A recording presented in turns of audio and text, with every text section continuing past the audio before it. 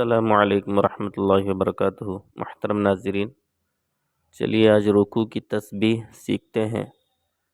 رکوع کی تسبیح کم سے کم رکوع میں 3 مرتبہ کہنا چاہیے، یا زیادہ سے زیادہ 5 مرتبہ یا 7 مرتبہ کہیں۔ چلیے شروع کرتے ہیں۔ سبحان ربی العظیم، سبحان ربی العظیم، سبحان ربی العظیم، سبحان ربی العظیم، سبحان ربی العظیم۔ تو محترم ناظرین، چلیے آج کے لیے بس اتنا ہی۔ اسے خوب شیئر کریں تاکہ دوسرے لوگ بھی اسے سیکھ سکیں۔ السلام علیکم ورحمۃ اللہ وبرکاتہ۔